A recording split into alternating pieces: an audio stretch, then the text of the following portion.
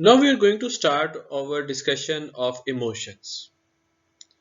Previously हमने discuss किया कि किस तरीके से मोटिवेशन एक ऐसी फोर्स, एक ऐसा एनर्जी जो हमें अपने डिजायर्ड गोल की तरफ लेके जाती है। इसी तरीके से इमोशंस वो फीलिंग्स हैं जो हम throughout our life experience करते हैं। जब हम इमोशंस को स्टडी करते हैं इसका मतलब है हम अपने इंटरनल एक्सपीरियंसेस को स्टडी कर रहे हैं, जो किसी भी लम्हे हमारे अंदर एक्सपीरियंसेस जो हम फील कर रहे हैं। हम अपनी पूरी लाइफ में वैरायटी ऑफ इमोशंस, हर किसी वक्त कोई डिफरेंट इमोशन, किसी वक्त कोई और इमोशन उसको एक्सपीरियंस करते रहती है। फॉर एग्जांपल, अगर कोई डिफिकल्ट टास्क को अचीव करते हैं तो एक हैप्पीनेस की कैफियत होती है। अगर किसी की डेथ हो जाए तो वी फील सैडनेस। अगर अनफेयर ट्रीटमेंट हमें मिले तो वी फील एंगर। इसीलिए इमोशंस बहुत इंपॉर्टेंट पार्ट प्ले करते हैं इन मोटिवेटिंग आवर बिहेवियर। क्यों? क्योंकि जब हमारा गोल अचीव नहीं हो रहा होता so we have a kind of a negative emotion, और फिर जब हमारा गोल अचीव हो रहा होता है तो then we have a positive emotion, जैसे हैप्पीनेस, सरप्राइज और इस तरह के जो पॉजिटिव इमोशंस की एक लिस्ट है। सो इस वजह से अब हम इस टॉपिक में, इस लेक्चर में आज डिस्कस करेंगे इमोशंस को। At one time or another time, we have experienced strong feelings that can be very pleasant and then can be very negative. For instance, I have never been so angry before. I feel my heart pounding and I'm trembling all over. जैसे मैं कांप रहा हूं और मेरा दिल जोर जोर से धड़क रहा है। I don't know how I will get through the performance. I feel like my stomach is filled with butterflies. जिस तरह जब प्रेजेंटेशन देनी होती है, स्टेज पे स्टूडेंट्स को जाना होता है, फर्स्ट टाइम उनके एक्सपीरियंसेस होते हैं, तो उनके एक स्टमक में बटरफ्लाइज, एक फियर की कैफियत सी हो रही होती है, एक उससे घबराहट की कैफियत सी हो रही होती है। And when I heard the footsteps in the night, I was so frightened that I couldn't catch my breath. Fear. तो ये वो सब चीजें हैं जो हम अपने लाइफ में एक्सपीरियंस करते रहते हैं। The joy of some achievement, the sorrow over someone's death, किसी गुस्सा आना अगर कोई आपको हर्ट करे, तो ये सारी इंपॉर्टेंस, ये सारी चीजें बेसिकली साइकोलॉजिस्ट इसको स्टडी करने की कोशिश करते हैं और इनको कलेक्टिवली जो है वो इमोशंस का नाम दिया जाता है। साइकोलॉजी में इमोशंस का जो कॉन्सेप्ट है वो अफेक्ट के ब्रॉडर टॉपिक के अंदर आता है। बेसिकली अफेक्ट जो ए से स्टार्ट होता है, वैसे ई से भी अफेक्ट होता है, but here we are talking about affect that start with A. It is defined as a broad range of feelings that people experience. अब अफेक्ट को दो हिस्सों में डिवाइड किया जा सकता है, एक है इमोशंस और दूसरा है मूड। इमोशंस और मूड्स में थोड़ा सा फर्क है। बेसिकली इमोशंस किसी खास स्पेसिफिक इवेंट के रिजल्ट में जो हम एक्सपीरियंस करते हैं वो इमोशंस होते हैं। जैसे मैंने बताया, अचीवमेंट है, खुशी है, अगर डेथ है, गमी है, वो एक इमोशन है। मूड्स जनरली जर्नल किस्म के होते हैं और अनक्लियर होते हैं कि कोई वजह बनती है मूड खराब होने की, या समटाइम्स कोई नहीं भी वजह बनती तो मूड अच्छा या बुरा हो जाता है। इसी तरीके से इमोशंस थोड़े ब्रीफ होते हैं, ठीक है, कुछ सेकंड्स के लिए, कुछ मिनट्स के लिए। और मूड्स जो है they can last a bit longer than emotions. Hours के लिए भी मूड खराब रह सकता है, एज मच एज डेज के लिए भी मूड खराब या अच्छा रह सकता है। इसी तरीके से इमोशंस थोड़े स्पेसिफिक और बहुत सारे होते हैं, ठीक है, बहुत उनकी एक लंबी चौड़ी लिस्ट है और बहुत थोड़े थोड़े फर्क के साथ एक इमोशन दूसरे इमोशन से फर्क हो रहा है। जिस तरह हम कहते हैं कि खुश है और बहुत खुश है और बहुत ही ज्यादा खुश है, तो ये इमोशंस की डिफरेंट लेवल्स को भी हम एक्सप्लेन कर रहे हैं। और गुस्सा है, बहुत गुस्सा है, बहुत ज्यादा गुस्सा है।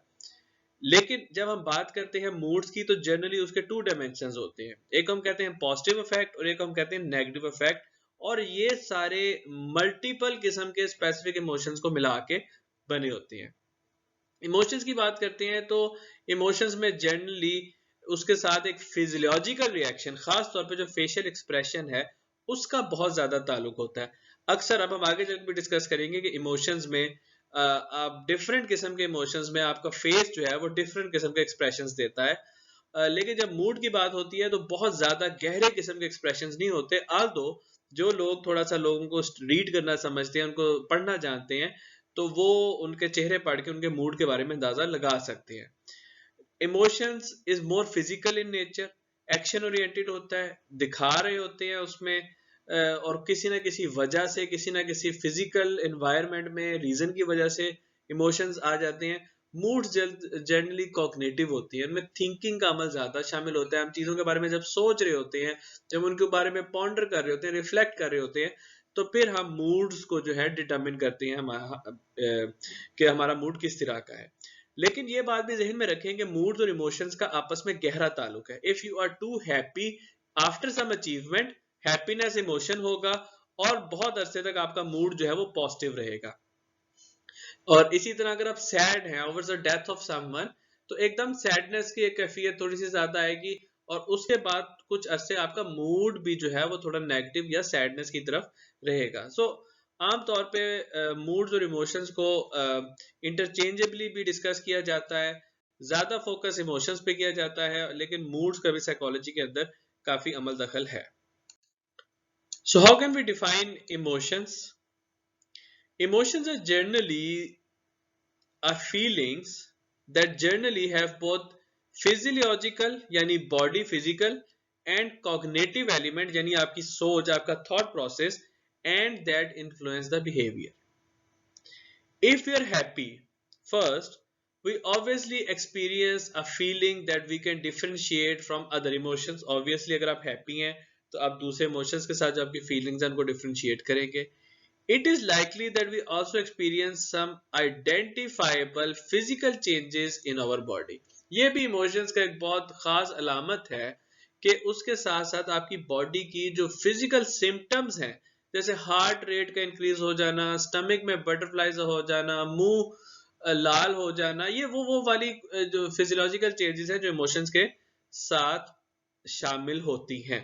जिस तरह कॉल एंड्रियोस का कहना है एग्जाम्पल में कि often we find ourselves jumping for joy. तो वह खुशी की जो कैफियत है हमारे अंदर, चाहे हम फिजिकली जंप ना भी करें, हमारी बॉडी के अंदर जो ख्वाहिश है कि हम जंप कर रहे हैं, that is basically related with the emotions. Emotions का एक ताल्लुक कॉग्निशन से, आपकी सोच के साथ भी बताया जाता है, डिस्कस किया जाता है और इसके बारे में काफी डिबेट भी है। फॉर इंस्टेंस, अगर हमारे सामने एक स्टिमुलाई आती है जिससे हमें डर लगता है, तो मोर और लेस हम उसको एनालाइज करते हैं। हम सोचते हैं कि यार ये स्टिमुलाई ऐसी है जिससे हमें डरना चाहिए, और एक फियर का इमोशंस जो है वो सामने आ जाता है। लेकिन कुछ साइकोलॉजिस्ट आर्ग्यू करते हैं कि कॉग्निशन और इमोशन या फिर कॉग्निटिव रिस्पॉन्स और इमोशनल रिस्पॉन्स के दरमियान में एक डिफरेंस है। और यहीं पे ये साइंटिस्ट जो है उनके दरमियान में काफी कंट्रोवर्सी है कि क्या आप सोचते हैं तो आपको इमोशंस की फीलिंग होती है, या इमोशंस बिल्कुल अलग हैं और सोच बिल्कुल अलग है। क्योंकि बहुत सारे इंस्टेंसेस ऐसे होते हैं जिसमें बगैर सोच के भी या हमारा थॉट प्रोसेस एक्टिवेट नहीं होता, लेकिन हमारे अंदर एक फीलिंग्स आ जाती है। ठीक है, जिस तरह we enjoy a piece of music without thinking. अब यहाँ पे ये प्रोबेबिलिटी होती है कि हमारे सबकॉन्शियस में, हमारे लाशऊर में कुछ ऐसी चीजें हो सकती हैं पॉसिबली जो डायरेक्टली इमोशनल सर्किट को ट्रिगर करे और कॉग्निशन उसमें शामिल ना हो। ठीक है, इसमें फॉर एग्जांपल जैसे से love at first sight, okay, अभी आपने सोचा नहीं, ज्यादा एनालाइज नहीं किया, and you feel a feeling, an emotional feeling of love. ये भी एक पर्सपेक्टिव है जिसके बारे में ये एक ऐसा स्कूल ऑफ थॉट है जो सजेस्ट करता है कि हम पहले जो हैं वो इमोशंस फील करते हैं और उसके बाद हम सोचते हैं। लेकिन कुछ ऐसे भी साइकोलॉजिस्ट हैं जो ये कहते हैं कि पहले सोच आती है और फिर इमोशंस आती हैं। ये जो पर्सपेक्टिव है, जो पहले सोच और फिर इमोशंस को फेवर करते हैं, वो ये सजेस्ट करते हैं कि पहले जो स्टिमुलस आती है, सिचुएशन आती है, उसको हम अंडरस्टैंड करते हैं, उसको थॉट प्रोसेस से गुजारते हैं, and then there are emotional reactions.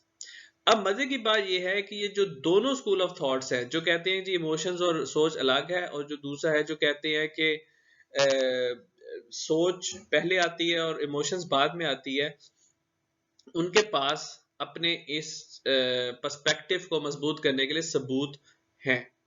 और यही एक वजह है कि सोच और इमोशंस का आपस में ताल्लुक अभी तक साइकोलॉजिस्ट इसके बारे में डिस्कस कर रहे हैं, डिबेट कर रहे हैं, और ये हमें चीज बताती है कि ह्यूमन साइकोलॉजी का कितना पोर्शन है जो अभी अनएक्सप्लोर्ड है। लेकिन दोनों इस बात को जरूर एग्री करते हैं कि हम इमोशंस एक्सपीरियंस करते हैं बगैर किसी कॉन्शियस थॉट के या एफर्ट्स के, और यही बात है जिसकी वजह से इमोशंस जो हैं वो हमारी लाइफ का एक इंटेग्रल पार्ट है। और वो समटाइम्स अगर हम उनको कंट्रोल कर रहे हैं या नहीं कर रहे, इमोशंस जो हैं वो मोर और लेस इंटेंस या लाइट शक्ल में एग्जिबिट हो रहे हैं हमारी जिंदगी में। How to explain emotions.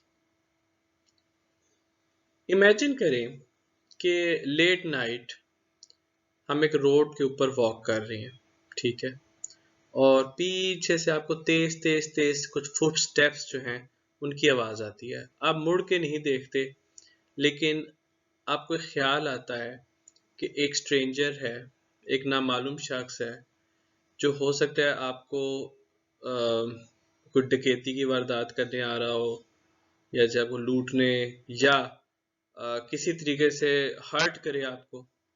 अब जब ये थॉट्स आपके जहन में आती हैं तो आपकी बॉडी के साथ कुछ, जैसे कहते हैं, कुछ तब्दीली आनी शुरू हो जाती है, कुछ रिएक्शंस पैदा होते हैं। आपका जो ऑटोनोमिक नर्वस सिस्टम है, आपके ब्रेन का वो हिस्सा जो आपकी इस किस्म की एक्टिविटीज को कंट्रोल करता है, जो ऑटोमेटिकली कंट्रोल होती हैं, उसकी एक्टिवेट होने से आपकी ब्रीदिंग इंक्रीज हो जाती है, हार्ट रेट एकदम से एक्सेलरेट हो जाता है, आंखें जो हैं आपकी एकदम, जैसे आपके प्यूपल्स जो है ना वो खुल जाती हैं ताकि आपको ज्यादा क्लियर नजर आए, ठीक है। माउथ में एक ड्राइनेस की फीलिंग आ जाती है, यानी आपके सलाइवरी ग्लैंड्स भी एक्टिव हो जाती हैं, और आपके स्टमक में एक एम्प्टीनेस की फीलिंग होती है, जैसे आपका डाइजेस्टिव सिस्टम जो है वो उसने अपने काम करना छोड़ दिया है। साथ साथ आपके स्वेट ग्लैंड्स जो हैं उनकी एक्टिविटी भी बढ़ जाती है और इंक्रीज स्वेटिंग होनी शुरू हो जाती है, ठीक है। और ये तमाम चीजें एक इमरजेंसी की सिचुएशन को रिप्रेजेंट कर रही हैं। ये तमाम की तमाम जो फिजियोलॉजिकल चेंजेस हैं, ठीक है, ये खुद ब खुद हो रही है, आपकी अवेयरनेस के बगैर हो रही हैं। और साथ एक इमोशनल एक्सपीरियंस ऑफ फियर वो पैदा हो गया। आल्दो ये बड़ा आसान है डिफाइन करना कि जी क्या फिजिकल रिएक्शंस आ रहे हैं और साथ क्या इमोशनल रिएक्शंस आ रहे हैं और क्या सोचें चल रही हैं, बट ये एक पजल ही रहा है साइकोलॉजिस्ट के लिए कि इनमें से कौन सी चीज पहले आती है, कौन सी चीज बाद में आती है, और एक दूसरे के साथ ये किस तरह इंटर लिंक्ड है।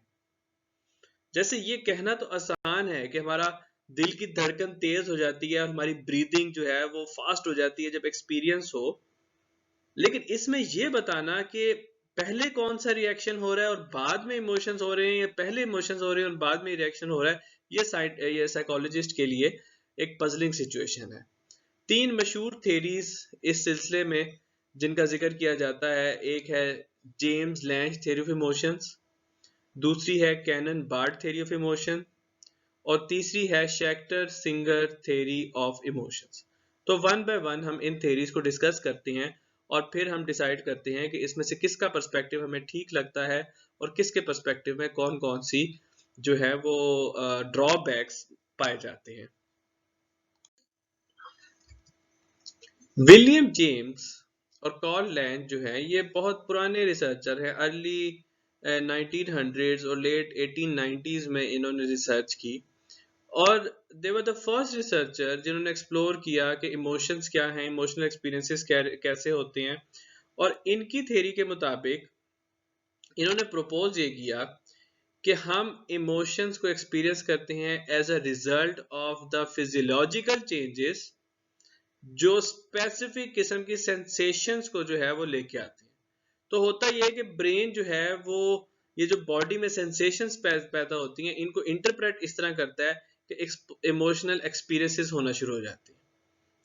तो ये जो थी ये बड़ी एक पुरानी और फर्स्ट थ्योरी थी जिसने कहा कि फिजिकल रिस्पॉन्स पहले आते हैं और उसके बाद इमोशनल एक्सपीरियंसेस जो हैं, चाहे वो फियर का एक्सपीरियंस है, चाहे वो हैप्पीनेस का एक्सपीरियंस है, चाहे वो सैडनेस का एक्सपीरियंस है इमोशनल, वो उसके बाद आते हैं। लेकिन इस थ्योरी के ऑफ कोर्स कुछ ड्रॉबैक्स हैं। पहला तो ये कि कई दफा ऐसा होता है कि हम इमोशंस को फील करना शुरू कर देते हैं इवन बिफोर कि कोई फिजियोलॉजिकल चेंज हमें बॉडी में भी फील हो। और ये जो विस्करल चेंजेस जिन्हें हम फिजिकल चेंजेस के नाम से कहते हैं, जो विस्करल चेंजेस हैं, इनको देखना, इनको एक्सपीरियंस करना या इनको नोटिस करना बड़ा मुश्किल हो जाता है। ठीक है। और दूसरा मसला इस थ्योरी का ये है कि कई दफा ऐसा होता है कि कोई फिजियोलॉजिकल एक्सपीरियंस होता है जो बज़ाहिर किसी इमोशन के साथ अटैच किया जा सकता है, जैसे इंक्रीज्ड हार्ट बीट या इंक्रीज्ड रेस्पिरेशन रेट, लेकिन कोई इमोशनल एक्सपीरियंस नहीं होता। जैसे बंदा जॉगिंग कर रहा है तो वो तब भी उसकी हार्ट बीट इंक्रीज हो जाती है, तब भी उसका रेस्पिरेशन रेट इंक्रीज हो जाता है। तो उस टाइम जो फिजियोलॉजिकल चेंजेस हैं ये इमोशंस क्यों नहीं लेके आते? ठीक है। तो इस तरीके से जो जॉगिंग कर रहा है वो उसकी तो हार्ट बीट और रेस्पिरेशन रेट तेज हो, क्या वो फियर की कंडीशन में गुजर रहा है? As a matter of fact jogging से तो मूड बेहतर होता है। और तीसरी बात ये है कि हमारे जो इंटरनल ऑर्गन्स हैं वो थोड़े लिमिटेड फिजिकल एक्सपीरियंसेस देते हैं, और लेकिन रेंज ऑफ इमोशंस तो बहुत ज्यादा होते हैं। तो उनको एसोसिएट करना कि जी फिजिकल एक्सपीरियंस पहले आए और फिर इमोशन आए, ये एक क्रिटिसिज्म है जब बाद में आने वाले रिसर्चर्स ने इसके ऊपर किया और इस थ्योरी से फिर नई थ्योरी एक्सप्लेन करने की कोशिश की।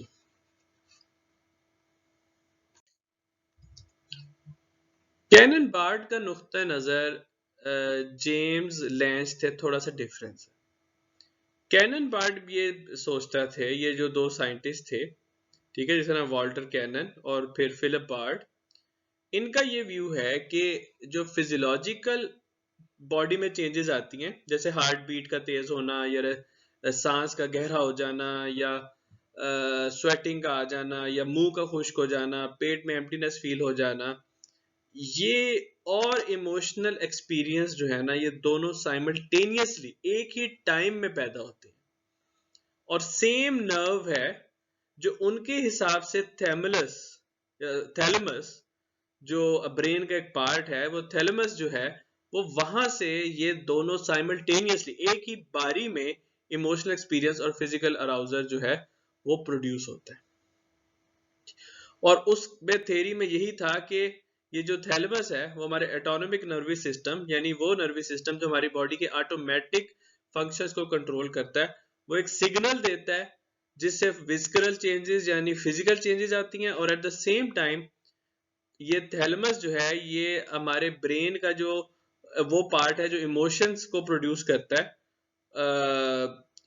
इन साइंटिस्ट के हिसाब से वो सेरेब्रल कॉर्टेक्स था, तो उसको भी मैसेज भेज देता है, और एट ए टाइम फिजिकल और इमोशनल एक्सपीरियंस हम दोनों फील करते हैं। लेकिन इस थ्योरी में भी ड्रॉबैक्स है। सबसे पहला ड्रॉबैक्स कि अभी इन साइंटिस्ट को ये नहीं पता था कि हमारा जो थैलेमस है, जो ब्रेन का पार्ट है, वो बेसिकली नहीं प्रोड्यूस करता इमोशनल एक्सपीरियंसेस, ये प्रोड्यूस करता है हमारा हाइपोथैलेमस और हमारा limbic system.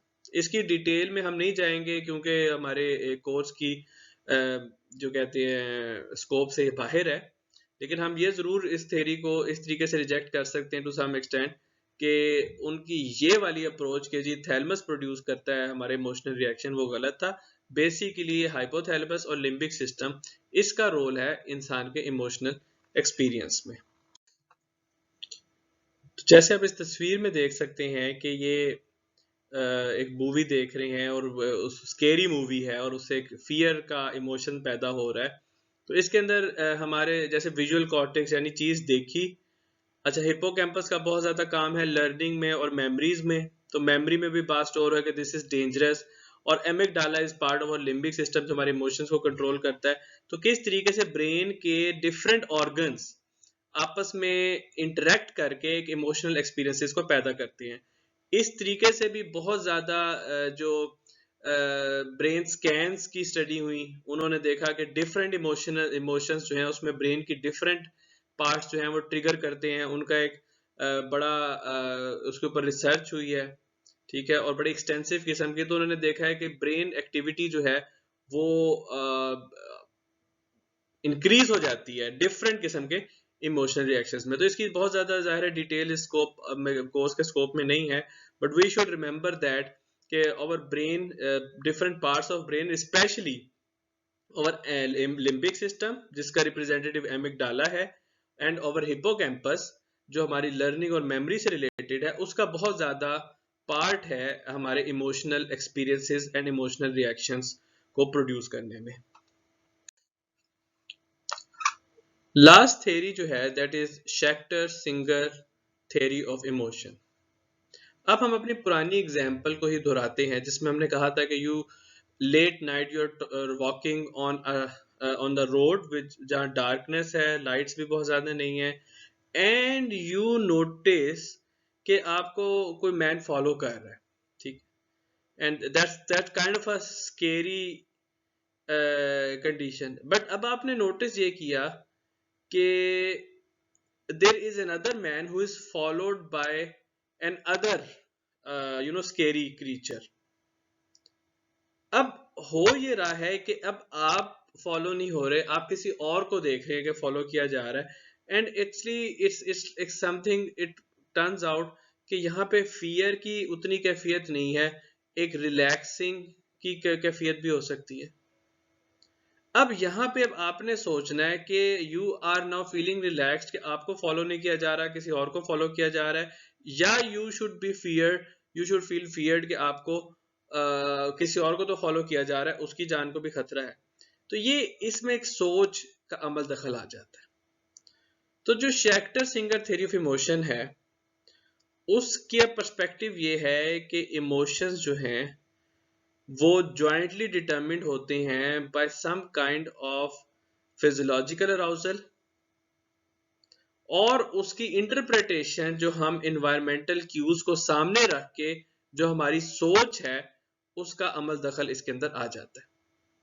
So we identify the emotions we are experiencing by observing our environment and comparing ourselves with others. तो इसमें सोच का अमल दखल आ गया। इसका मतलब है कि ये वाली थ्योरी जो है वो कॉग्निटिव व्यू ऑफ इमोशंस को सपोर्ट करती है, और इसके मुताबिक emotions are determined jointly by a relatively non-specific kind of physiological arousal and the labeling of that arousal on the basis of cues from the environment। अब आपके सामने कोई खतरा है, फॉर एग्जाम्पल अब जो लोग स्नेक्स के साथ डील करते हैं, तो स्नेक इज समथिंग जिसके तो हम हमेशा उसको फियर के साथ एसोसिएट करते हैं, लेकिन जो लोग स्नेक के ट्रेनर्स होते हैं या स्नेक के साथ they are very much comfortable, उन्होंने स्नेक्स को एज अ पेट रखा होता है, उनको फियर नहीं होता। इसका मतलब है वो स्टिमुलाई को देख के, ठीक है, उनके अंदर जो एक फिजियोलॉजिकल अराउजल पॉसिबल है वो खत्म हो जाता है, क्योंकि उनकी सोच उनको ये बताती है कि this is not scary. But if you see a dog that is running towards you, एक फिजियोलॉजिकल अराउजल आता है और फिर आपकी जो सोच है वो आपको ये बताती है कि this is scary, and then comes the emotion of fear. तो शेक्टर सिंगर थ्योरी बहुत हद तक कॉग्निटिव व्यू ऑफ इमोशन भी कहलाती है। अगर इन थेरीज को एक दफा कंसोलिडेटेडली रिवाइज कर लें तो हम देखें कि एक आपको स्टिमुलाई मिल रहा है एनवायरनमेंट से, ठीक है, जो आपके अंदर एक इमोशंस को इंड्यूस करता है। जैसे हमने भी एग्जांपल दी थी that you feel that you are being followed by a stranger. Obviously एक इमोशन ऑफ फियर यहाँ पे आना चाहिए, बड़ा रेलिवेंट किस्म का इमोशन है। तो अगर इसको हम जेम्स लैंच थ्योरी के पर्सपेक्टिव से एक्सप्लेन करने की कोशिश करें विच द फर्स्ट वन, तो उसके मुताबिक पहले फिजिकल रिएक्शंस आते हैं जिनको हम कहते हैं एक्टिवेशन ऑफ वेस्करल बॉडी चेंजेस, और फिर जब फिजिकल रिएक्शंस आते हैं जिस तरह हार्ट रेट का बढ़ जाना या स्वेटिंग का हो जाना या सांस का चढ़ जाना, उसके बाद हमारा ब्रेन उन फिजिकल क्यूज को या विस्करल चेंजेस को इंटरप्रेट करता है एज इमोशनल एक्सपीरियंसेस। उसको उसी सिनेरियो को अगर हम कैनन बार्ड थ्योरीज के पर्सपेक्टिव से एक्सप्लोर करें तो हम ये देखते हैं कि there is first of all activation of thalamus, जो कैनन और बार्ड के मुताबिक ब्रेन का वो पार्ट था जो इमोशंस को कंट्रोल करता है, और साइमल्टेनियसली वो थैलेमस जो है वो मैसेज भेजता है बॉडी को भी कि अपने अंदर चेंजेस ले आओ, जिस किस्म की जो बॉडी चेंजेस जो इस इमोशन के साथ रिलेटेड हैं, जैसे स्वेटिंग हो जाना या रेस्पिरेशन, मतलब सांस का चढ़ जाना या हार्ट रेट तेज हो जाना या स्टमक में एम्प्टीनेस की फीलिंग हो जाना, और साथ साथ वो मैसेज भेजता है अपनी जो दिमाग का सोच वाला हिस्सा है कि it is now time to produce the emotional experience. तीसरी तो थ्योरी शेक्टर सिंगर थ्योरी, अगर सिनेरियो सेम है तो उसके मुताबिक सबसे पहले एक्टिवेट होता है आपका फिजिकल अराउजल होता है, और साथ साथ आप उसको इंटरप्रेट करते हैं फ्रॉम द एनवायरमेंटल क्यूज, जहां आप ये देखते हैं कि वो सिनेरियो किस किस्म का है, क्या वो डेंजरस है। अगर वो स्ट्रेंजर, आप थोड़ी देर में देखें, अगर वो आपका जान पहचान वाला बंदा है या वो स्ट्रेंजर आपको फॉलो कर रहा है पर आसपास बहुत सारे लोग हैं, अब आप उस पर्सपेक्टिव में देखेंगे, या फिर आप खुद को तैयार पाते हैं कि you are able to face that stranger, you have a black belt for example, आप उस ब्लैक बेल्ट की वजह से, या you have a pepper spray in your purse for instance, और आपको कोई उससे वो इन्वायरमेंट आपको बताती है कि there is nothing to be fear about और अफ्रेड ऑफ, तो फिर डिटरमिन होता है मिलके कि आपका इमोशनल एक्सपीरियंस यहाँ पे क्या होना चाहिए, क्यों आप उसको पहले इन्वायरमेंटल पर्सपेक्टिव में उसको एक लेबल देते हैं। Is this situation to be afraid of, is this situation where you need to laugh, is this situation where you need to be happy. तो इस तरीके से फिर आप इंटरप्रेट करके इमोशनल एक्सपीरियंस जो है वो करते हैं। पर यहाँ पे सवाल ये भी पैदा होता है कि इमोशंस का काम क्या है, what is the function of emotions, अल्लाह ताला ने ये इमोशंस बनाए क्यों है। अच्छा, अगर आप ये सोचें कि हम इमोशंस को एक्सपीरियंस करें ही ना, जैसे हमें कोई दुख ना हो, दर्द ना हो, खौफ ना हो, गम ना हो, या फिर कोई जिसे कहते हैं कि आपको शर्मिंदगी ना हो। अच्छा, इसके साथ साथ इसका मतलब है कि कोई खुशी भी नहीं है, कोई जॉय भी नहीं है, कोई लव भी नहीं है। Having no emotions mean no emotion, neither positive, neither negative. और obviously आप खुद इस चीज को देखें कि your life will become less satisfying and even dull अगर हमारी कैपेसिटी इमोशंस को सेंस करने की और एक्सप्रेस करने की खत्म हो जाए। एंड इससे बढ़ के इमोशंस आपकी लाइफ को ना सिर्फ इंटरेस्टिंग बनाते हैं, उसमें एक पर्पस भी लेके आते हैं। You do so many task to get happy, और आपको यह भी जहन में रखना है कि जो हमारी फीलिंग ऑफ सेटिस्फैक्शन है, हम किसी चीज से सेटिस्फाइड, अपनी लाइफ से सेटिस्फाइड, अपनी जॉब से सेटिस्फाइड, अपनी मैरिटल लाइफ से सेटिस्फाइड, उसके अंदर आपकी कॉग्निशन, आपकी सोच और साथ साथ आपके इमोशंस, ये दोनों शामिल हैं। तो अगर वो इमोशंस ना हो तो there is a problem in our life. So emotions के फंक्शंस क्या हैं, let us C.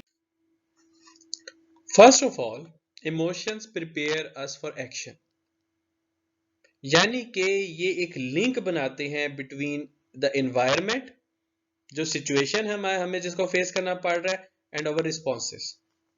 For example, अगर एक बड़ा ही खूंखार किस्म का कुत्ता जिसके बारे में, जिसको देख के हमें लग रहा है कि ये बस हमें छोड़ेगा नहीं, एकदम हमारी तरफ भागना शुरू कर दे, अब यहाँ पे जो आपका इमोशनल रिएक्शन है, ऑब्वियसली आई डाउट कि बहुत कम केसेस होंगे कि किसी और का कोई और रिएक्शन होगा। मोस्ट प्रोबेबली आपका इमोशनल रिएक्शन है फियर होगा। ये एसोसिएट होगा आपके फिजियोलॉजिकल, आपकी बॉडी के अराउजल के साथ, और यहां से आपका जो ऑटोनॉमिक नर्वस सिस्टम है वो आपको प्रिपेयर करेगा फॉर आइदर फाइट और फ्लाइट, यानी या तो लड़ो या भागो।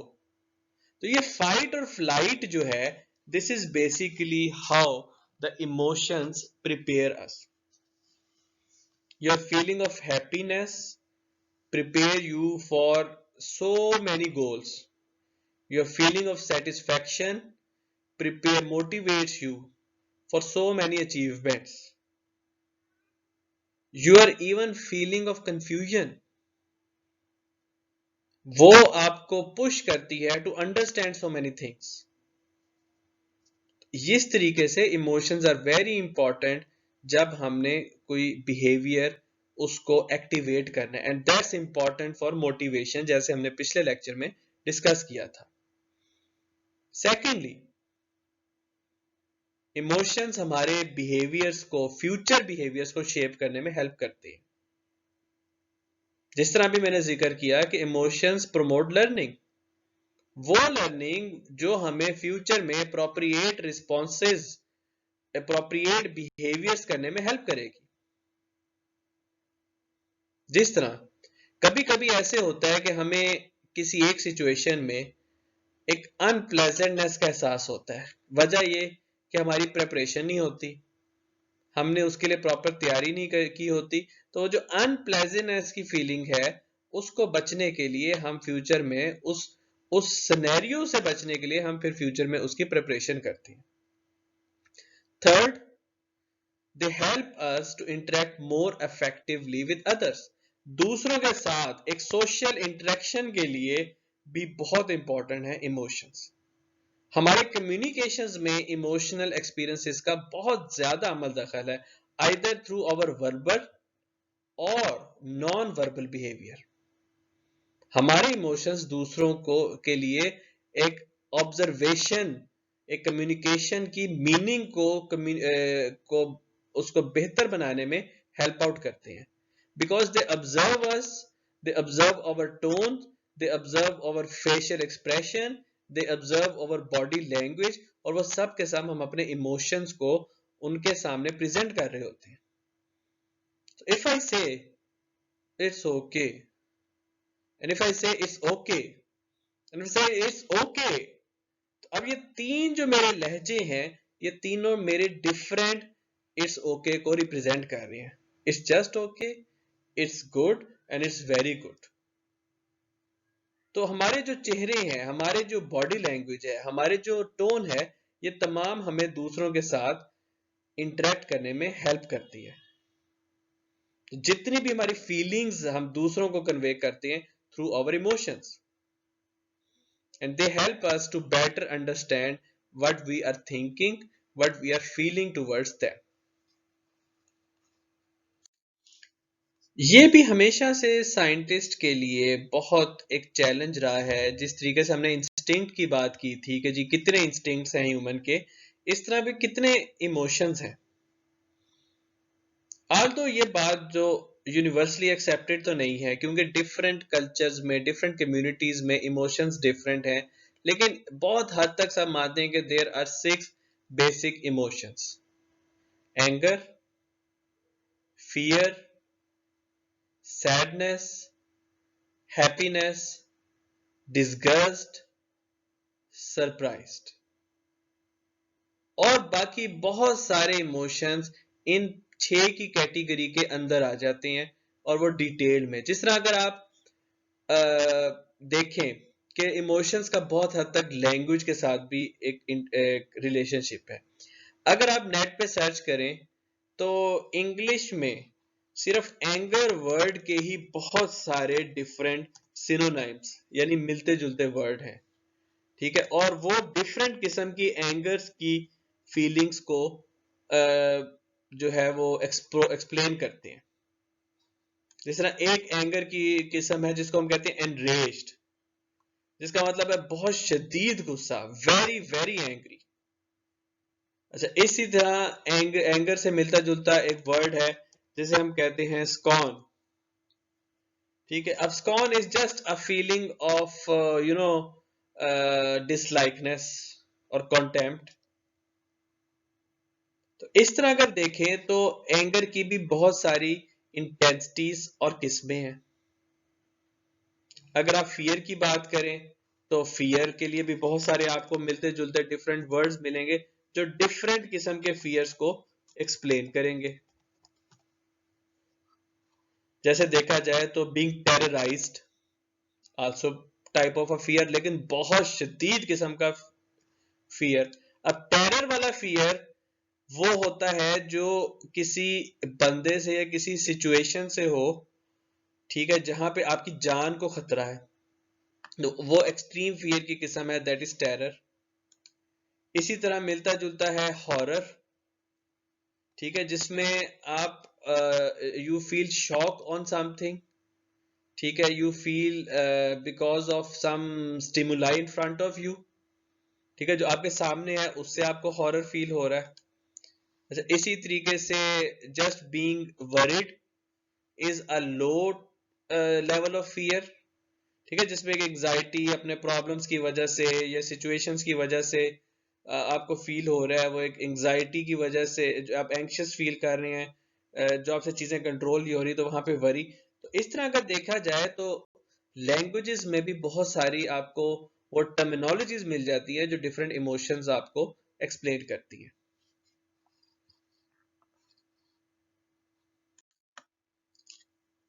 आल्दो हमने ये तो कह दिया कि there are 6 universal emotions in most of the world culture, there are actually some very understandable like facial expressions जो उन emotions के होते हैं।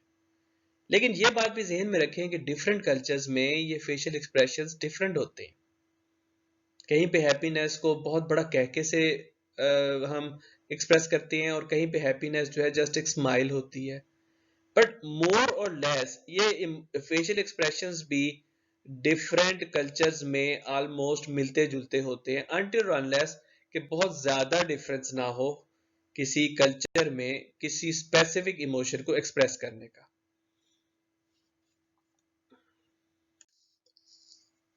पर इन यूनिवर्सल इमोशंस के साथ साथ हमें ये भी जहन में रखना चाहिए कि कुछ इस किस्म के इमोशंस होते हैं जो किसी एक कल्चर में बड़े स्पेसिफिकली उनका एक नाम पाया जाता है, लेकिन किसी और कल्चर में वो नाम हमें नहीं मिलता। जैसे एक जर्मन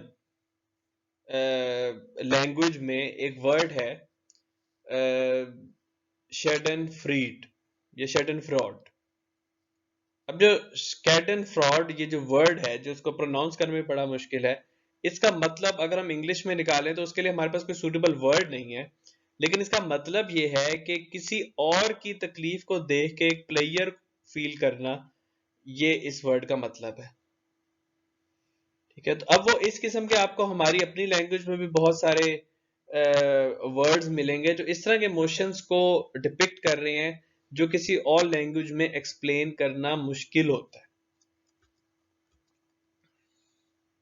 कई दफा वो स्पेसिफिकली किसी खाने के लिए तरफ फीलिंग होती है, कई दफा वो कोई दुख की फीलिंग होती है, लेकिन इन मोर और लेस हम उन इमोशंस को कम से कम दो कैटेगरीज में तो जरूर डिवाइड कर सकते हैं।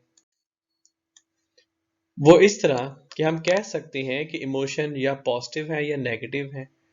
अच्छा, अब एक और रिसर्च के हिसाब से एक एक साइकोलॉजिस्ट का ये भी कहना है कि पॉजिटिव इमोशंस में दो किस्में होती हैं, या तो लव है या जॉय है। अब जो लव है वो फॉन्डनेस और इन्फैचुएशन में डिवाइड हो सकता है, इसी तरह जॉय जो है वो ब्लिस में, कंटेंटमेंट में, प्राइड में कन्वर्ट हो सकता है। जब नेगेटिव की बात की जाए तो बेसिक में एंगर है, सैडनेस है और फियर है। अब एंगर की मुख्तलिफ किस्में, जैसे मैंने पहले आपको थोड़ी देर पहले बताया था कि वो डिफरेंट लेवल्स हैं, वो डिफरेंट टाइप्स हैं।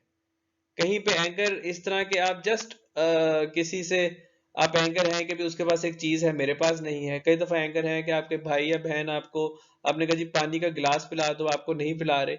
या एंगर इतनी ज्यादा है कि जैसे मुल्कों के दरमियान में है, या एंगर इतनी ज्यादा है कि रिवेंज है।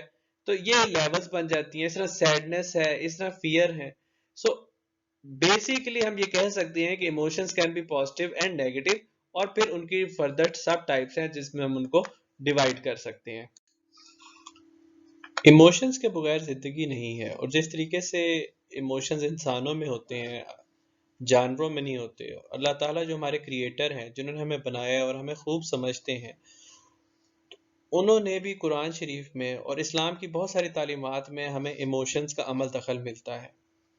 कई दफ़ा हमें ये भी तालीमात दी गई हैं कि जब गम मनाया जाए तो उसकी भी हदूद मुकर्रर कर दी गई हैं, खुशी की भी हदूद मुकर्रर कर दी गई हैं। तो इस्लाम हमें बहुत ज़्यादा इमोशंस को कंट्रोल करने की तालीमात देता है, ओवर एक्सप्रेसिव इमोशंस जो है उनसे रोकता है। डर के बारे में है कि अल्लाह ताला ने कहा कि बिला वजह जिंदगी से नहीं डरना, बिला वजह शैतानी अमलों से नहीं डरना, जादू से नहीं डरना, वो चीज़ें जो आपको नुकसान बज़ाहिर आपको लगता है पहुंचा सकती हैं, लेकिन आपको एक होप हमेशा आपके अंदर रहनी चाहिए। फिर अल्लाह ताला हमें कुरान शरीफ में इसकी तालीमात देते हैं, जिस तरीके से फरमाते हैं कि so have fear of Allah O people of intelligence those who have faith, Allah has send down a reminder to you. यानी अल्लाह ताला से डरने का ये मतलब ये है कि अल्लाह ताला का खौफ, बुराई का खौफ, जिन चीजों से अल्लाह ने मना किया है उसका खौफ हमारे अंदर होना चाहिए। I fear were I to disobey my lord the punishment of a terrible day. आखिरत का खौफ अल्लाह ताला ने हमें दिलाया। इसका मतलब है कि अल्लाह ताला को पता है कि वो कौन सी चीजें हैं, उनमें कौन से इमोशंस जो हैं जो है उनको गाइड करना है हमारे लिए, उन इमोशंस का वहां पे जिक्र करना है। Whoever follows my guidance, there will be no fear concerning them, nor will they grieve. Praise to Allah who has removed from us all sorrows. तो जन्नत में जब हम दाखिल होंगे तो अल्लाह ताला ने हमारे साथ ये वादा किया है कि वो नेगेटिव इमोशंस जो हम इस दुनिया में फील करते हैं, एक्सपीरियंस करते हैं, वो तमाम के तमाम खत्म हो जाएंगे। और ये एक इतना बड़ा प्रॉमिस है, एक सेटिस्फेक्शन वाली लाइफ जो जन्नत में हमें मिलेगी, उसका एक सबसे बड़ा हमारा रिवॉर्ड ये है कि हमारे तमाम दुख दर्द जो है वो खत्म हो जाएंगे। और फिर जब जन्नत की बात हो ही रही है तो जन्नत के वो प्लेयर्स जो अल्लाह ताला ने जिनका हमसे वादा किया है, जिनकी इंडिकेशंस हमें कुरान में और सुन्ना में मिलती हैं, उसमें जो सबसे पहला वादा है कि अनलिमिटेड हैप्पीनेस फॉरएवर, यानी हमेशा रहने वाली खुशी, एक ऐसा इमोशन जिसके लिए इस दुनिया में हम अक्सर स्ट्रगल करते रहते हैं, उसको हासिल करते हैं, कभी हमें मिलती है कभी हमें नहीं मिलती, ऑलवेज स्टेट ऑफ हैप्पीनेस कायम नहीं रहती, लेकिन जन्नत में वो रहेगी। उसके अलावा जो हमारे फिजिकल नीड्स हैं, जैसे there will be no illness, there will be no death, यानी कोई बीमारी नहीं है। उसके प्लेयर्स जन्नत के ऐसे हैं जिनका इस दुनिया में कोई मुकाबला ही नहीं है। बड़े से बड़ा प्लेयर जो आप इमेजिन कर सकते हैं अपनी इस लाइफ में, बड़ी से बड़ी खुशी, बड़ी से बड़ी आसानी जब इमेजिन कर सकते हैं, उसका कोई मुकाबला नहीं है जो जन्नत में हमें मिलनी है। There will be no hatred, यानी वो जो फीलिंग ऑफ हेट है, वो जो दुश्मनी है, वो जो रिवेंज है, वो जो जेलसी, वो जितने नेगेटिव इमोशंस हैं वो वहां पे खत्म हो जाएंगे। तो इसका मतलब है कि और जो डिजायर्स हैं हमारी, जो ख्वाहिशात हैं सारी की सारी, जिनके लिए हमें यहाँ पे मोटिवेट होना पड़ता है, वो हमें वहां पे नहीं होना में पड़ेगा, क्योंकि ऑटोमेटिकली हमारी वो ख्वाहिशात पूरी हो जाएगी।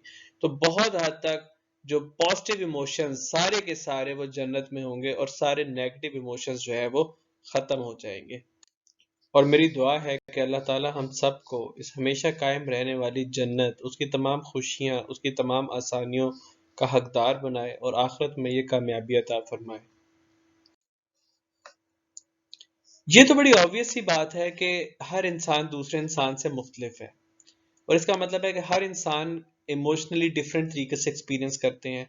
कुछ लोग बहुत ज़्यादा जो एक्सट्रोवर्ट होते हैं, जो बहुत ज़्यादा सोशल होते हैं, वो ज़्यादा पॉजिटिव इमोशंस एक्सपीरियंस करते हैं जब उनको कोई गैदरिंग मिलती है, उनको बहुत कोई फंक्शन में जाने को मिलता है, उनको ऐसी इन्वायरमेंट मिलती है जहाँ पे उनकी दूसरे लोगों के साथ इंटरेक्शन और वर्बल इंटरेक्शन हो रही हो ज़्यादा से ज़्यादा। लेकिन वही बंदा जो इंट्रोवर्ट है, अगर उसको सेम सिचुएशन दी जाए तो ऑब्वियसली वो थोड़े नेगेटिव इमोशंस एक्सपीरियंस करेगा, वो ज्यादा उस में पैनिक कर जाएगा, वो ज्यादा फियर के इमोशंस एक्सपीरियंस करेगा। लेकिन यहाँ पे एक क्वेश्चन और भी आता है कि does the degree to which people experience positive and negative emotions vary across different cultures. Research से ये पता चलता है, और ग्लोबल रिसर्च अगर देखी जाए तो डिफरेंट कंट्रीज में लोग डिफरेंट लेवल्स और इंटेंसिटी ऑफ इमोशंस जो है उनको एक्सपीरियंस करते हैं। देखा जाए तो जो हमारे सामने एक टेबल, एक चार्ट है, तो उसमें फिलीपींस में ऑलमोस्ट 60% लोगों ने कहा कि हम ज्यादा, हमारी लाइफ जो है वो इमोशन से भरी हुई है, ठीक है। और उस पे नीचे नीचे होते जाएं तो Singapore is one of those countries जहां पे लोग जो हैं वो कम इमोशंस एक्सपीरियंस करते हैं और उनको शो करते हैं या उनको ज्यादा कंट्रोल रखते हैं। पर्सनली मेरा अपना भी यही एक्सपीरियंस है। When I went to Malaysia I found there that people do have a control on their emotions. वहां पे मैंने फौदगियां भी देखी, वहां पे मैंने शादियां भी होती देखी, तो मैंने देखा कि they were very composed in both situation. ना तो वहां पे रोना धोना बहुत ज्यादा था, ना वहां पे ओवर जिसे कहते हैं एक्साइटमेंट या ओवर जॉय, वो मैंने नहीं देखी। In in every situation they were cool and calm, और वो इमोशंस को उस हद तक एग्जिबिट नहीं कर रहे थे, एक्सपीरियंस नहीं कर रहे थे। अब यहाँ पे हमें ये भी देखना चाहिए कि डिफरेंट कल्चर्स में लोगों की इंटरप्रिटेशंस, जिस तरीके से वो इमोशंस को एक्सपीरियंस करते हैं, वो डिफरेंट होती है। जैसे बहुत सारे हम लोग जो नेगेटिव इमोशन है, जैसे हेट है, टेरर है या रेज यानी बहुत ज्यादा गुस्सा है, उसको डेंजरस या डिस्ट्रक्टिव समझते हैं। और हम ये डिजायर करते हैं कि हमें positive emotion such as joy हो, लव हो, हैप्पीनेस हो।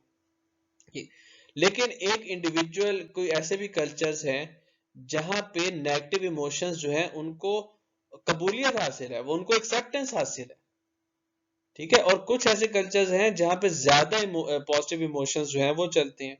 अब जैसे देखा जाए कि चाइनीज जो हैं वो नेगेटिव इमोशंस को हमेशा बुरा नहीं समझते।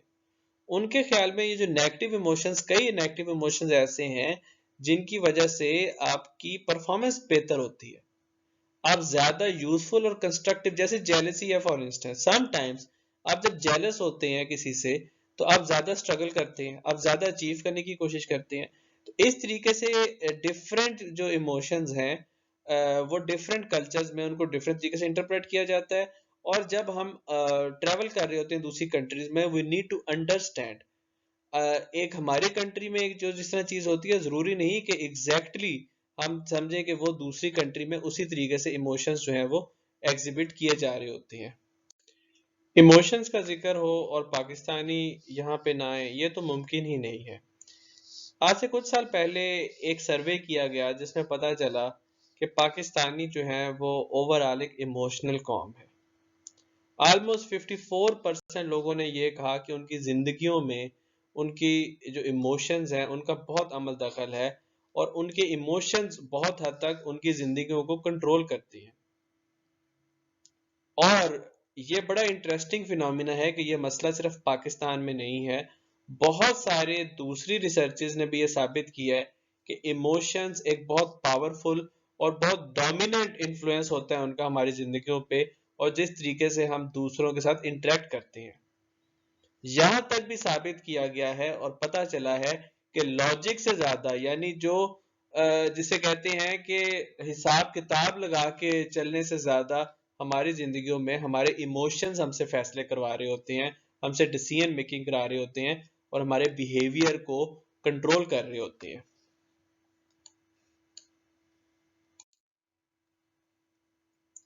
जब वर्क प्लेस इमोशंस की बात की जाए तो कुछ अरसा पहले ये एक मिथ थी, ये एक लोगों के जहनों में ये बात बैठी हुई थी कि इमोशंस हमेशा परफॉर्मेंस के खिलाफ जाते हैं।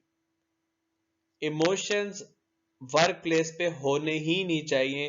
दे were considered as irrational, they were considered as detrimental, या नुकसानदेह तस्वुर किया जाता था उनको वर्क प्लेस के लिए।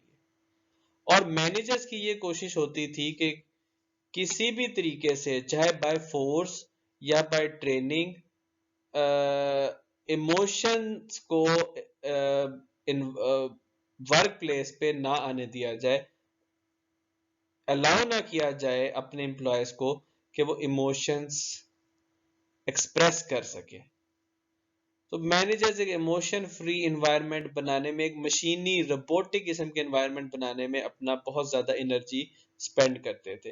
विद द टाइम ये पता चला कि emotions is part, inseparable part of humans life, ठीक है। और फिर ये भी पता चला कि कुछ इमोशंस ऐसे होते हैं, जैसे स्ट्रॉन्ग नेगेटिव इमोशन जैसे एंगर, जो एम्प्लॉयज की इफेक्टिवली काम करने की एबिलिटी को डिस्टर्ब कर सकते हैं, ठीक है, और उनको रोकना जरूर बनता है। लेकिन अब ओवरऑल जो थिंकिंग है कि बिल्कुल ही इमोशंस नहीं होने चाहिए, वो चेंज हो रही है। देयर आर सर्टेन इमोशंस जो अगर रॉन्ग टाइम पे दिखाए जाएं तो ऑब्वियसली वो परफॉर्मेंस जो है उसको डिस्टर्ब करते हैं। इवन हैप्पीनेस जैसे इमोशंस भी अगर बड़े सीरियस मीटिंग में दिखाए जाए तो ये बात ठीक है कि वो उसकी परफॉर्मेंस को, उस मीटिंग के इफेक्टिवनेस को डिस्टर्ब करेगी, प्रोडक्टिविटी के साथ इंटरफेयर करेगी, ठीक है। लेकिन कुछ ऐसे इमोशंस हैं जो कंस्ट्रक्टिव भी हैं, ठीक है। If employee is overall positive, employee is happy, employee is satisfied, ठीक है, तो उसका बहुत ज्यादा इम्पैक्ट उसकी परफॉर्मेंस पे है, उसका बहुत ज्यादा इम्पैक्ट उस जो ऑर्गेनाइजेशन है उसकी इन्वायरमेंट पे है, जो ओवरऑल पॉजिटिव हो जाती है। और फिर वहां पे लोगों को एनर्जी ज्यादा मिलती है, वहां पे लोगों को जो है वो एक पॉजिटिव क्रिएटिव इन्वायरमेंट मिलती है। तो क्रिएटिविटी का भी बहुत बड़ा अमल दखल है। और फिर सबसे बढ़ के बात, मोटिवेशन जो है वो इमोशंस के बगैर तो पॉसिबल ही नहीं है। तो अगर आप चाहते हैं कि आपके एम्प्लॉयज मोटिवेटेड हो तो they need to have that positive emotions and they need to struggle to get more satisfied in their job, more accomplished in their job, more engaged with their task. तो ये चीज हमें जरूर ज़हन में रखनी चाहिए when if we are obviously becoming the managers of the tomorrow, कि हमारा मकसद एम्प्लॉयज के इमोशंस को खत्म करना नहीं, हमारा मकसद, जब आगे चल के भी अभी डिस्कस करेंगे, कि एम्प्लॉय के जो इमोशंस को कंट्रोल करना है, वो उनको पॉजिटिव इमोशंस को सामने ज्यादा लेके आना है और नेगेटिव इमोशंस जो है उनको कम करना है। ये बात तो अब तक हमें क्लियर हो जानी चाहिए कि इमोशंस किसी स्टिमुलाई के नतीजे में आते हैं। वो स्टिमुलाई इन्वायरमेंट में होती है, वहां पे बेशक कोई, जैसे मैंने कहा था कि स्नेक नजर आ जाए तो इससे एक इमोशंस आती हैं। जैसे मैंने कहा था कि आपको कोई प्राइज विनिंग की खबर मिले तो वहां से इमोशंस हमारे आते हैं। लेकिन क्या फैक्टर्स हैं जो इमोशंस किसी के ज्यादा या किसी के कम हो सकते हैं, और वो किस तरीके से इमोशंस वेरी कर सकती हैं। सबसे पहले तो है पर्सनैलिटी। आपकी पर्सनैलिटी किस किस तरह की है और उसका बड़ा अमल दखल है। जिस तरह अभी मैंने पिछली स्लाइड्स में कहा था कि अगर कोई एक्सट्रोवर्ट बंदा है, यानी कोई सोशल किस्म का बंदा है, और उसको एक ऐसा सिचुएशन में मिल जाता है जहां पे बहुत सारे लोग हैं, तो उसको वो ज्यादा पॉजिटिव इमोशंस जो है एक्सपीरियंस करेगा। लेकिन कोई इंट्रोवर्ट है, यानी कोई इतना सोशल रहने वाला बंदा नहीं है, गैदरिंग को अवॉइड करने वाला बंदा है, उसकी पर्सनैलिटी ऐसी है कि वो इंट्रोवर्ट है और वो किसी ऐसी सिचुएशन में जाता है जहाँ पे सोशल गैदरिंग ज्यादा है, लोगों से इंटरेक्शन ज्यादा है, तो वो नेगेटिव इमोशंस जो है एक्सपीरियंस करेगा। Time and day of the week का बहुत बड़ा अमल दखल है इमोशंस में। Mostly we are happiest on Friday and we are sad on Mondays. जब हम वापस रिज्यूम करते हैं अपनी जॉब्स पे, ठीक है, और जो आपका अवेक पीरियड का मिड पॉइंट है उसमें आप ज्यादा खुश होते हो। या तो ये एक बड़ा पैटर्न होता है जो कॉमन है, लेकिन जरूरी नहीं कि एग्जैक्टली हर बंदा इसको सेम तरीके से एक्सपीरियंस करे। फिर वेदर पे अक्सर लोग सोचते हैं कि यार वेदर का बड़ा अमल दखल होता है इमोशंस पे, but it also varies from person to person. Mostly weather में आपका मूड जरूर थोड़ा सा स्विंग हो सकते हैं ओवरऑल, लेकिन आप एकदम वो बहुत ज्यादा इमोशंस हर किसी के इफेक्ट नहीं होते वेदर की वजह से। स्ट्रेस का बड़ा इम्पैक्ट है आपके इमोशंस पे। आपका जो कांस्टेंट लेवल ऑफ स्ट्रेस है वो इमोशनली भी आपको डिस्टर्ब कर सकता है। आपके इमोशंस में बहुत ज्यादा वेरिएशन स्ट्रेस की वजह से आ जाती है कि जल्दी आप एकदम नाराज हो जाएं, जल्दी से एंगरी हो जाएं बिकॉज ऑफ द स्ट्रेस, और ओवरऑल मूड पे भी उसका इफेक्ट होता है। सोशल एक्टिविटीज का आपके मूड के ऊपर बड़ा पॉजिटिव इफेक्ट होता है। जैसे मैंने बताया था कि अगर आप एक्सरसाइज करें या फिजिकल एक्टिविटीज करें या डाइनिंग आउट करें या अपनी हॉबीज को परस्यू करें, तो ओवरऑल आपका मूड पॉजिटिव होना शुरू हो जाता है। और जब आपका मूड पॉजिटिव होना शुरू हो जाता है तो फिर आपके जो इमोशंस हैं वो पॉजिटिव होने के चांसेस भी इंक्रीज हो जाते हैं। Sleep is one of those factors जिसकी वजह से आपका मूड और आपके इमोशंस जो है वो दोनों डिस्टर्ब हो सकते हैं। अगर आपकी स्लीप पूरी नहीं है तो there is a chance that you experience more negative emotions.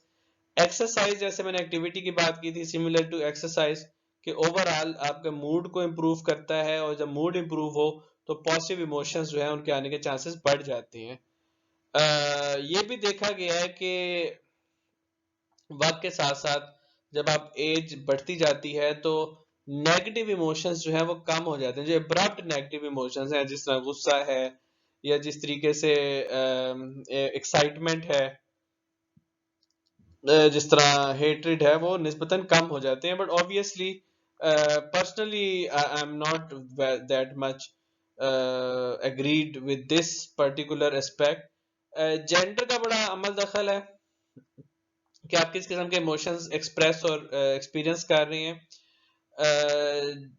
जो देखा गया है कि जो मेन हैं वो एंगर के एक्सप्रेशन को ज्यादा एग्जिबिट करते हैं, और जो फीमेल्स हैं, विमेन हैं, उनका वो जो क्राइंग है वो ज्यादा उनका इमोशन है, लेकिन एंगर की निस्बत। तो ये भी देखा गया है कि ये एक जो जेंडर रोल्स हमारे डिफाइन हो जाते हैं सोसाइटी में, उसकी वजह से भी हमारे इमोशंस किस तरह एक्सपीरियंस करते हैं वो डिफरेंट हो जाते हैं। जब भी ऑर्गेनाइजेशंस में इमोशंस की बात हो तो वहां पे इमोशनल लेबर का कॉन्सेप्ट बड़ा इंपॉर्टेंट है। मैनेजर्स को इसलिए इसका समझना जरूरी है कि यहाँ पे एम्प्लॉयज जो है उनका एक बर्न आउट हो रहा होता है because of the emotional labour जिससे उनको गो थ्रू होना पड़ता है। अब ये इमोशनल लेबर है क्या? कई ऐसी जॉब्स होती हैं जिसमें एम्प्लॉयज को ऐसे एक्सप्रेशंस देने पड़ते हैं, ऐसे इमोशंस शो करने पड़ते हैं जो ऑर्गेनाइजेशन डिमांड कर रही होती है, क्योंकि उनके जॉब की वो एक डिमांड है। अच्छा, अब होता यह है कि वो for example there is an air hostess, उसके लिए बड़ा जरूरी है कि अपनी जॉब के दौरान she constantly put on a smile on her face. ठीक है।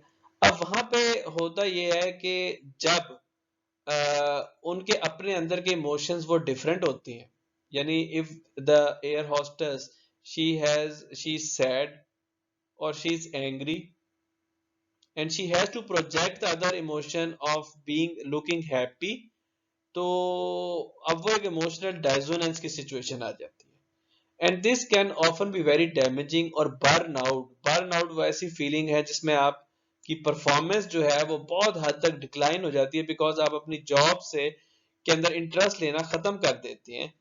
तो ऑब्वियसली मैनेजर्स को बहुत कंसर्न होता है कि परफॉर्मेंस शुड बी गुड, तो they need to keep a check on के वेदर जो फेल्ट इमोशन है और डिस्प्लेड इमोशन है उसमें एम्प्लॉय के डिफरेंस है।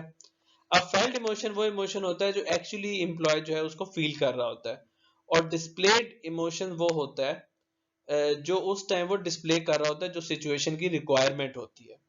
वहां पे होता ये है कि वो या तो सरफेस एक्टिंग कर रहा है कि सिर्फ डिस्प्ले कर रहा है बट उसको फील नहीं कर रहा, या वो डीप एक्टिंग कर रहा है कि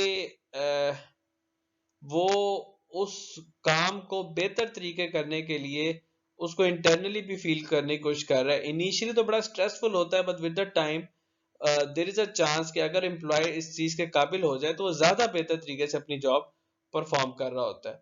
but obviously if there is a constant emotional dissonance, so it can lead to many health issues, it can lead to many psychological issues, and it is very important for organizations to keep track कि employ की emotional labour जो है वो उनकी capacity से ज्यादा increase ना हो जाए।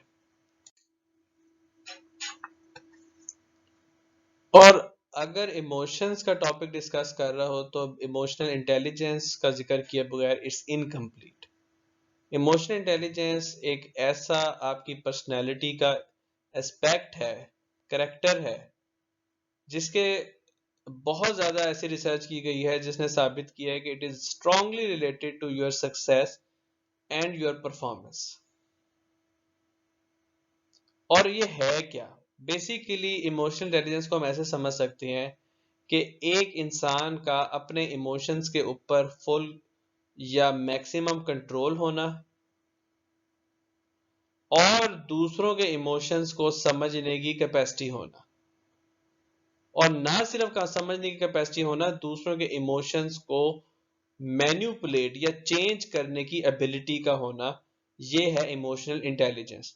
यानी आप अपने इमोशंस को कंट्रोल कर रहे हैं, एकदम से आप जो है वो वोल्केनो की तरह अरप्ट नहीं हो रहे, आप कूल एंड काम सिचुएशंस को हैंडल कर रहे हैं। आपको एक बुरी खबर मिल रही है, आपको एक लॉस की खबर मिल रही है, आप बहुत कंपोज्ड हैं, मुतमईन नजर आ रहे हैं, ना सिर्फ खुद का अपने एम्प्लॉयज का भी हौसला बढ़ा रहे हैं, और आपको एकदम बहुत बड़ी सक्सेसफुल हो जाती है, तो आप सातवें आसमान पे नहीं पहुंच जाते, आप उस टाइम भी कूल एंड कंपोज होकर उसको एक बड़े मुनासिब तरीके से सेलिब्रेट करते हैं।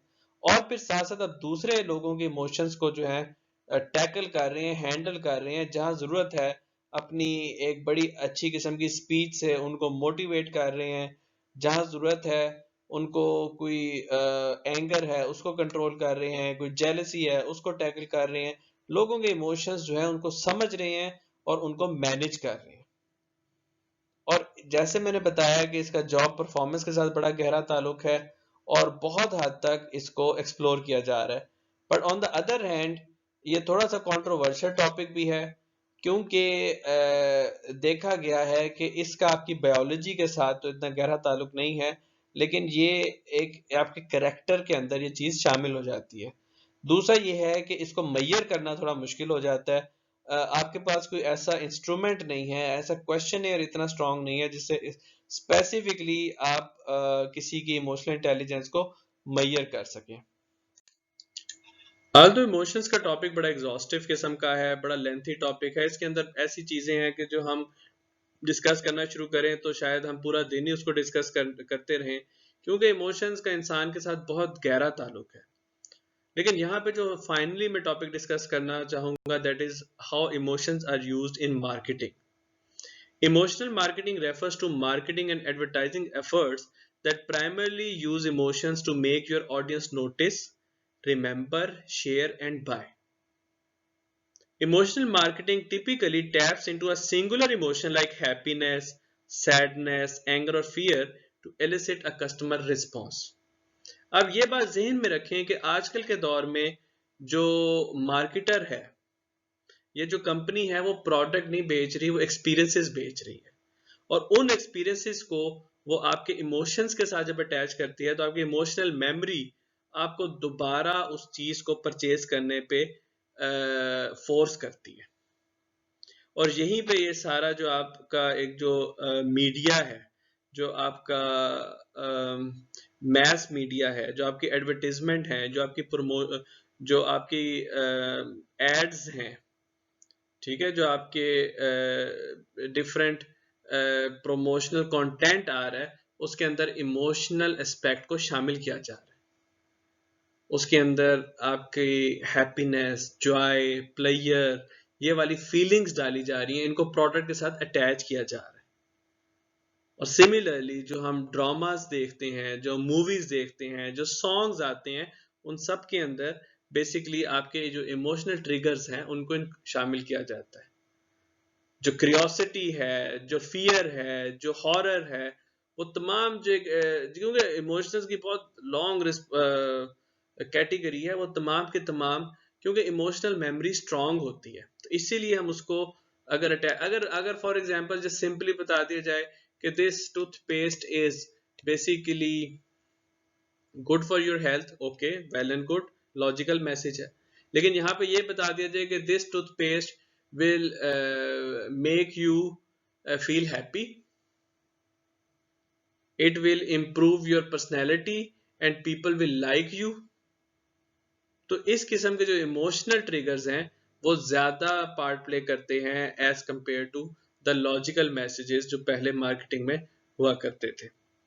So this was all about emotions. I hope you understand this. You can relate it with your life. You can understand how emotions are so powerful means of motivation and how emotions are so important. Being a human being, हमें उनको control रखना, उनको समझना, ना सिर्फ अपने emotions को समझना बल्कि दूसरों के इमोशंस को समझना और उनको चेंज करने की जो कैपेसिटी है उसको पैदा करना, this is very important if we want to be a successful manager, or we want to be successful in our life as well.